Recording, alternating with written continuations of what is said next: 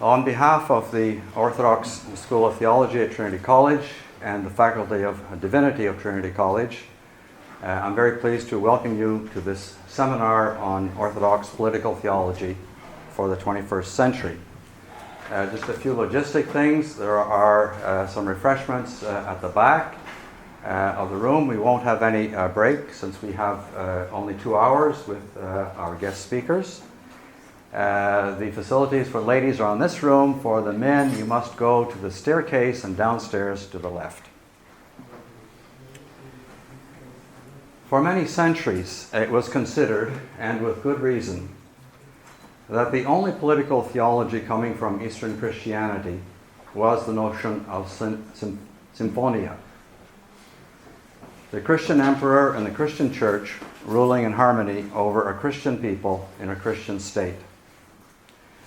In reality, even in the Byzantine Empire, this remained more an idealized theory than a historical reality. In the past century or so, Orthodoxy has also become known for its frequent rejection of modernity and for its critiques of the basic building blocks of Western-style states, including democracy, freedom of choice, religious freedom, and human rights in general.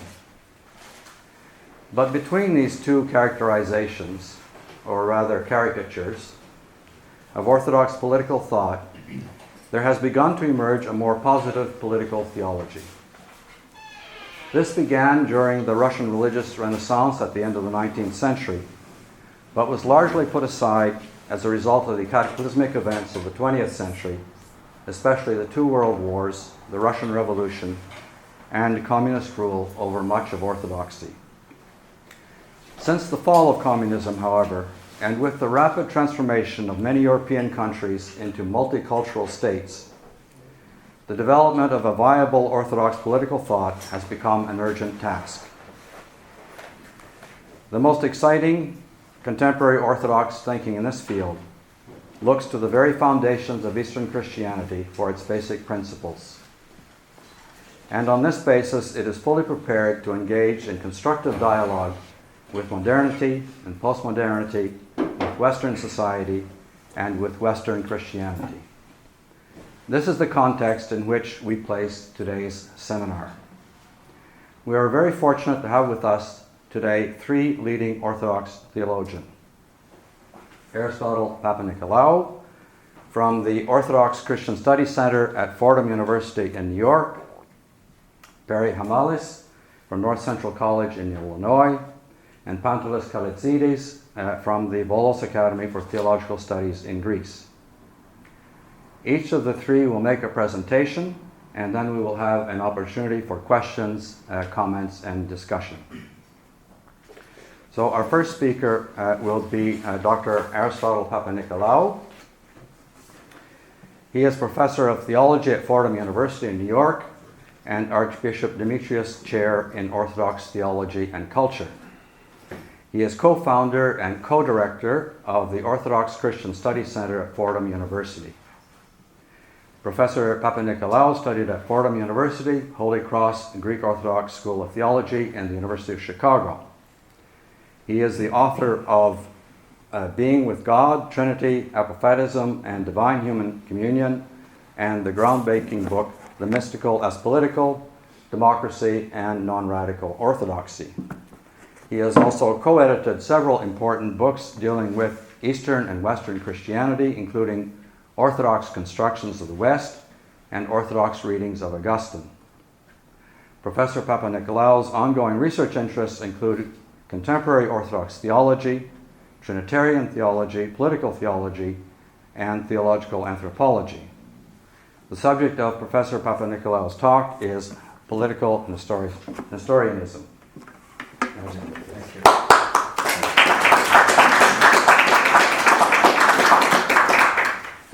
Thank you. It's really a privilege for me to be here. It's a Saturday, and you took time away from your Saturday to be here, and I'm very grateful to all of you for being here, and I'm looking forward to the discussion with my friends and my colleagues. So let me begin by saying that I'm indeed troubled by recent Christian critique of political democratic liberalism. My problem with this critique is that it is theologically in contradiction with itself. On the one hand, most who have engaged in this critique are theologically grounded in the understanding of Christ as delineated by the Council of Chalcedon, that Christ is the one divine person of the Logos, in whom is united two natures without confusion, mixture, division, or separation. Such an understanding, so the argument goes, of Christ is part of a distinctive Christian narrative in which the Church is the politics, and still for others implies a distinctive ontology of participation that precludes the idea of the secular as a space in which the Church is marginalized, privatized, or eliminated. Ironically, however, this critique is guilty of what I would call political Nestorianism. In this paper, I will first define what I mean by political Nestorianism. I will then advocate for a politics more consistent with Chalcedon's minimalist definition of the person of Christ, a politics of non-dualism that is not realized at the level of the rhetoric of demonization or mutual incompatibility, but in the practices in which one learns how to love even the stranger and the enemy. So first, political Nestorianism. I call the Christian critique of political democratic liberalism political Nestorianism because although it claims to be a form of political theology grounded in the insights and achievements of Chalcedonian Christology, it is in contradiction with the attempt by Chalcedon and subsequent Christological clarifications to avoid dualistic or binary forms of thought. This attempt to avoid dualistic thinking is evident in Athanasius' debates against the Arians, who, though they affirmed the necessity of a union between the created and the divine, could not conceive how the created could bear the fullness of divinity, or how the realism of divine human communion and the simplicity of the one God could be mutually affirmed. Athanasius and the Cappadocians could be interpreted as calling out the Arians on their inconsistency and issuing an ultimatum. Either stick with your version of divine simplicity and deny the realism of divine human communion, or think simplicity so as to imagine the realism of divine human communion. And hence we have the doctrine of the Trinity, which affirms the necessity of permanent and factual distinctions in the being of God so as to think the realism of divine human communion. There's no question that Chalcedon's minimalism is very much in line with this impulse of thinking the God-world relation non-dualistically. Although Nestorianism itself, and as a general trajectory, was concerned with preserving the full humanity of Jesus Christ for the sake of soteriology, it is also clear that there was an Arian-like concern to protect a certain understanding of the simplicity of God. Nestorianism did not deny a union with the full divinity of God, but the union between the divine and the human was mediated by a third, a prosopon, whose status as divine or human was unclear.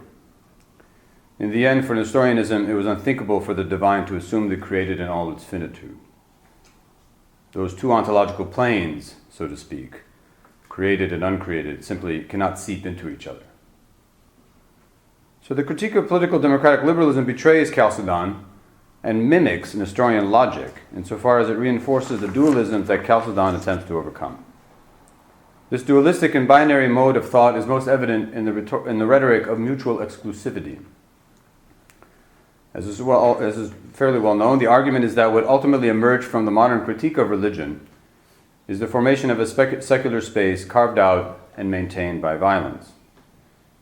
The political liberal democratic space that emerged from this critique of religion is based on anthropological presuppositions that are mutually exclusive with those of Christian understandings of grace or divine human communion. As a result, the language of human rights becomes suspect insofar as it seemingly enforces this hyper-individualistic anthropology and is used to justify values antithetical to Christian moral principles. Christians would be betraying their own theological tradition if they simply accommodated themselves to this politically liberal democratic configuration, if they simply saw the church playing a functional role in relation to the public life. Christians must realize that the church is a counter-politics to the state, no matter which state, insofar as all states exist in and through violence. Christian politics is one that manifests an ontology or a narrative of peace. So what is very unclear in this critique of political democratic liberalism is an us versus them, church versus world dualism. It is not anti-creation, and in this sense it is not Manichaean, but it is over and against a certain configuration of the created, or more accurately, the public political space. What is Christian becomes a self-identification over and against this self-contained, bordered social imaginary of the secular, such that any compromise would be a capitulation. The borders collide with each other, and the rhetorical battle is an all-out winners take all war.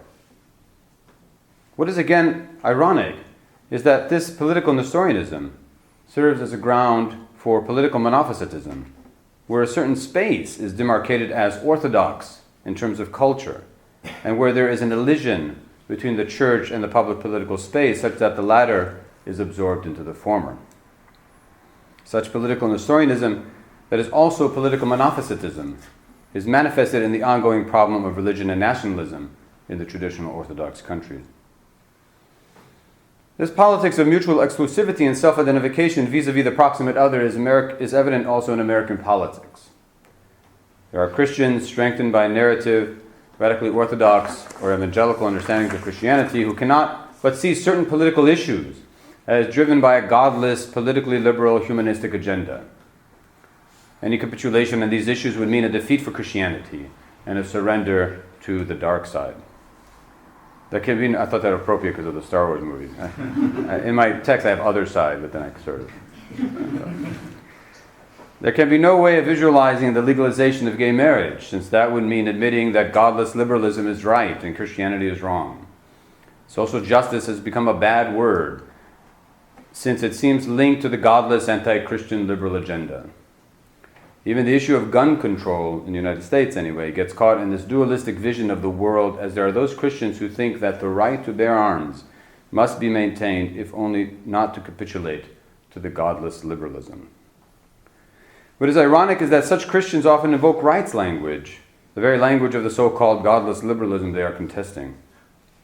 Recently, Christians in the US have invoked the language of human rights to protect their religious freedom not to engage in actions that might violate their moral principles, such as the distribution of contraception and making cakes or flower arrangements for the celebratory receptions of gay marriages. The politics of mutual exclusivity and self-identification vis-a-vis the proximate other is also evident in the post-communist situation, especially the countries in which Orthodoxy is the majority. The Orthodox churches have never engaged in anti-democracy rhetoric, but in relation to certain litmus test issues of democracy, teaching religion in public schools, the legal status of religious minorities, the Orthodox Church's pro-democracy stance would come into conflict with their goal of reasserting the cultural and political dominance of Orthodox Christianity. The conflict between rhetorically affirming democratic political structures and rhetorically attempting to reconnect the national and religious identity is on full display in Russia. It's interesting to note here that for the New York Times, there exists no news alert, these sort of email news alerts, for any Orthodox church in the world except the Russian Orthodox Church. There is even a news alert for Patriarch Kirill. So the ROC has increasingly been a key player in Russian debates about teaching religion in public schools, the status of religious minorities, and the recent laws against so-called gay propaganda. All of them with results manifestly, or at least arguably, anti-liberal and anti-democratic. In my estimation, much more important is the ROC's engagement with the language of human rights. And there is an excellent analysis of this discussion within the ROC from a woman named Christina Stackel, who's at the University of Innsbruck. She has a wonderful book called Orthodoxy and Human Rights, or I think it's Russian Orthodoxy and Human Rights, and I do commend the book to you. And I've learned much from her on this issue. So in this human rights document, the ROC affirms the notion of human rights, but links it to morality. As the human rights doctrine states, human rights cannot be extended to immoral actions that, quote, cancel both the gospel and natural morality. The church sees a great danger in the legislative and public support given to various vices, such as sexual lechery and perversions, the worship of profit and violence, end quote. In an ironic twist, the ROC basically leverages the emerging dominant so-called post-secularist position in Western political philosophical discourse that allows for a role of religion in public life, and they do so as a way of justifying its interpretation of human rights discourse, which is very arguably manifestly at odds with Western construals of human rights. So in terms of the laws against so-called gay propaganda in Russia, what comes off as unequivocally a violation of human rights in the Western context is for the ROC simply an interpretation of human rights within a specific moral canopy that is primarily influenced by the Russia's Orthodox Christian history. In terms of the Pussy Riot event, which strikes most in the West as a clear right of free expression, is for the ROC a form of blasphemy not guaranteed within human rights discourse, since it violates the moral canopy for which the ROC sees itself as guardian. Moreover, the ROC does not see its position as a rejection of human rights discourse, but as a post-secularist, contextual, legitimate, theologically informed interpretation of human rights discourse, which it actively promotes within the Russian context. The subtext of the human rights doctrine is a rejection of any notion of human rights that relativizes morality, and by so doing promotes what the ROC sees as an atheistic humanistic agenda, or somewhat less ominously, reduces the ROC to one among many voices in a pluralistic public space. Although the ROC is not rejecting human rights discourse, it clearly positions its own interpretation against what it sees as a godless, extreme secularist, individualistic, hedonistic, humanist, and anti-religious interpretation of the West. It is in the contemporary discourse of human rights that we witness the clash of the two others in contemporary orthodoxy. In one sense, the discourse of human rights has occasioned the construction of the New West, of godless liberalism with its decadent and hedonistic individualism, and which has its roots in the anti-religious secular philosophy of the Enlightenment. The ROC's ambivalence towards human rights discourse reflects recent Christian theological attacks against modern liberal political discourse. While the Christian political theological critique against liberalism, together with the ROC, might draw a line from Chalcedon to their politics of mutual exclusivity and self-identification vis-a-vis the proximate other, I see a theological death of metaphysics turned to Wittgenstein in the language of mutual exclusivity and incompatibility. And I see other strands of postmodern thought, perhaps inspired by Foucault, in the attempt to out-mythologize political liberalism through a brutal rhetoric of demonization of the other. In the rhetoric of mutual exclusive language games and mythologies, I see more a Nestorian logic than a Chalcedonian one in relation to the political space. So this next section is called the politics of non-dualism. If the Christian affirmation of the Incarnation points to what is possible for humans, that possibility involves what the 7th century Byzantine theologian St. Maximus the Confessor would describe as learning how to love, which is a learning how to engage in the practices that would move one deeper into the life of God, whom Christians have named as love. The relevance of this point for the issue of religion and democracy is that regardless of how we got to this present point in history, rather than seeing a Christian ontology of participation as diametrically opposed to modern liberalism, a practice-oriented perspective to participation would see the political space as one in which the Christian learns to love insofar as that space is where one encounters the stranger, and even the enemy who seeks to destroy all that one cherishes as true and beautiful.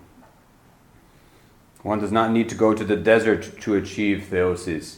The political space is indeed the desert where one battles the very demons that get in the way of divine human communion, such as the demons of fear and anger and hatred, which lead to projections and objectifications. The political space is indeed distinct from the ecclesial, especially as it is one that would allow, as one option among many, the turn to belief in the non-existence of God. And insofar as it is a space that is not the church, the political space is one that is defined by pluralism of beliefs and moralities. Engaged in practices of divine human communion, Christians would be actively engaged in a Chalcedonian politics that does not see this pluralism as a threat.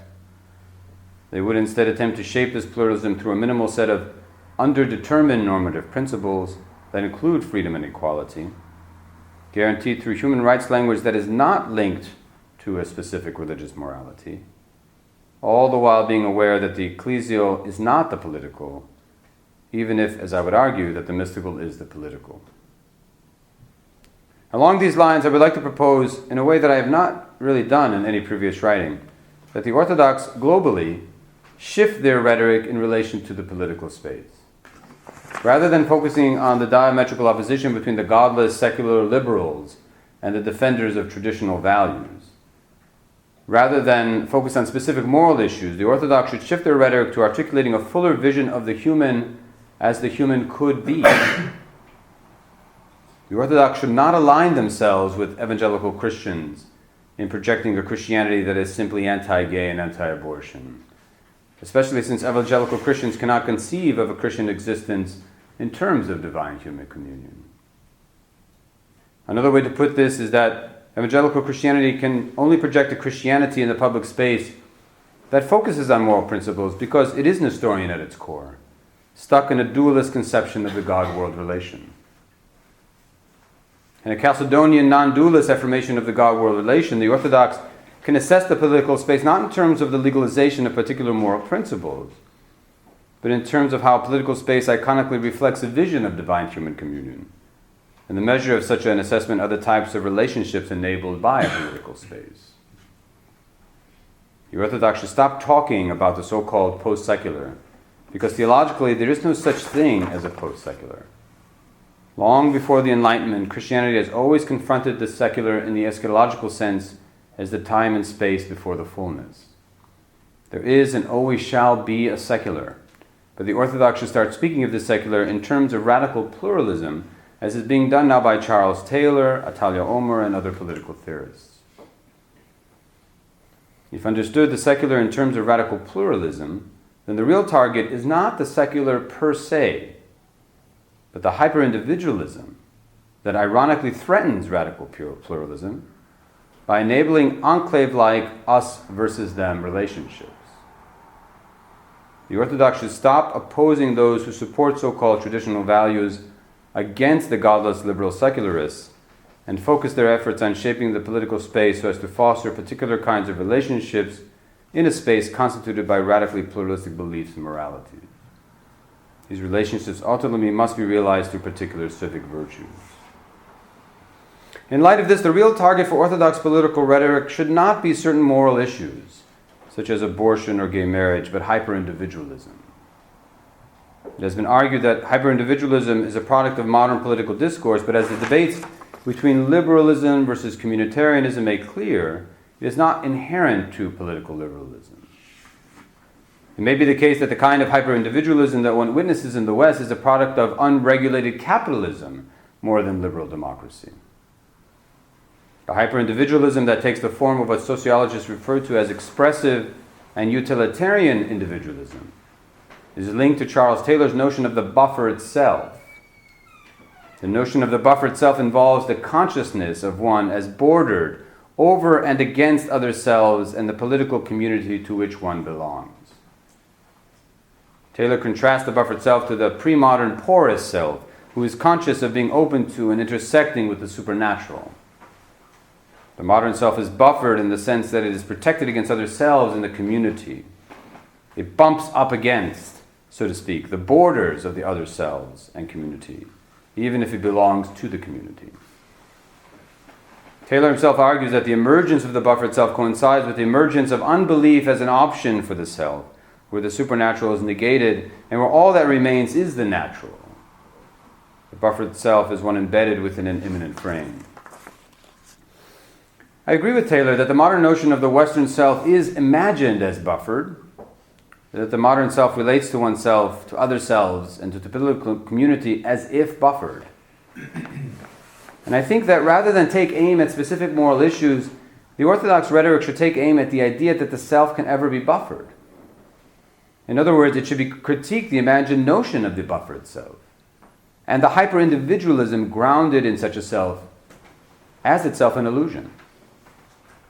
I am fully aware that in postmodern discourse that normative and ontological understandings of the self are under critique, but that should not necessarily inhibit the Orthodox from affirming that the self is always and forever porous and relational, even within an immanent frame, which is a political space that does not take God for granted.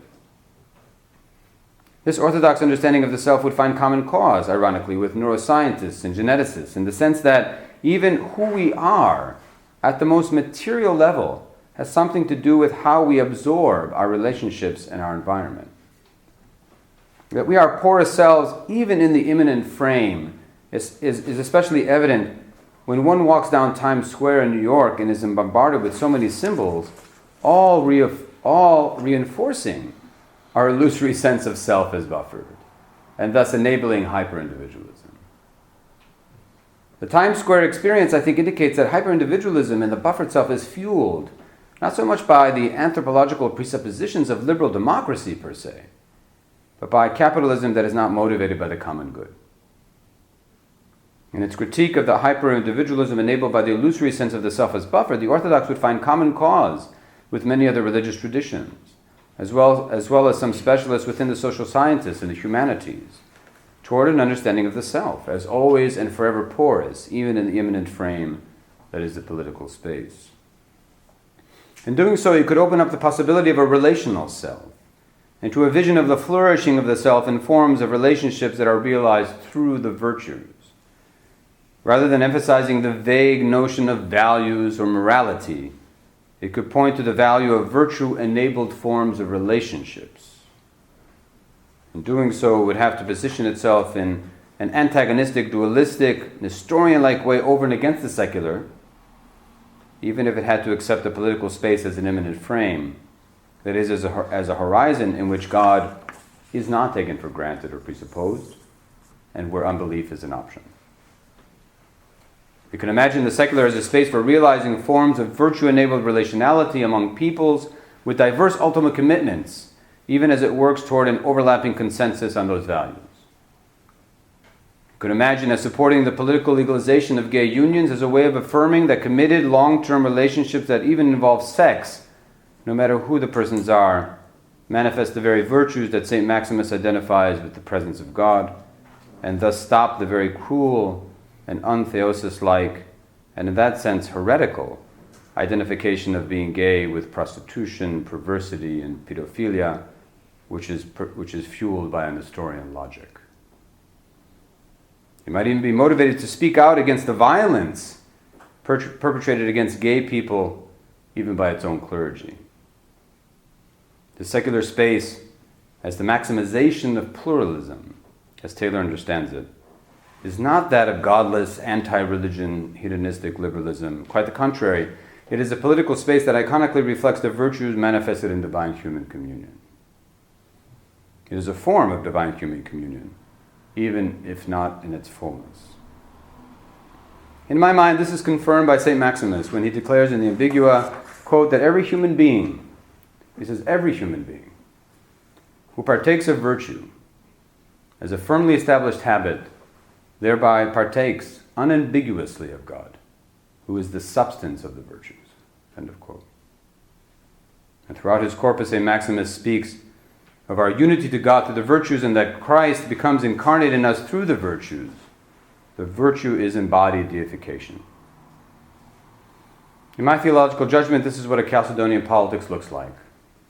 Such a politics was expressed well by the Roman Catholic theologian Edward Skilobex, when he wrote that, quote, the Church only has a future to the degree to which it lets go of all supernaturalism and dualism, and thus on the one hand does not reduce salvation to a purely spiritual kingdom or simply heavenly future, and on the other hand does not become introverted and concentrate on itself as church, but turns outside and directs itself to others, to men and women in the world. And in that case, it will not think exclusively of its own historical self-preservation as a spiritual power in the world. Thank you.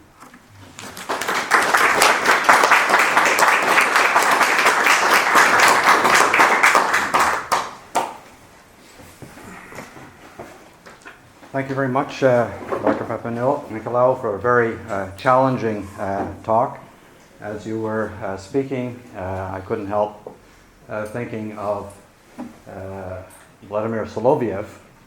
I mentioned in my introductory remarks that at the beginnings of modern engagement with Western liberalism, with modernity, really goes back to the Russian religious Renaissance, and a number of the ideas that you have expounded very eloquently actually can be found in Soloviev writing over a century ago. Your presentation is very much engaged with modern issues, but the foundations, I think, of what you have said and what you say in your book are very much similar to those of Soloviev and other thinkers of the Russian religious Renaissance nearly a century ago.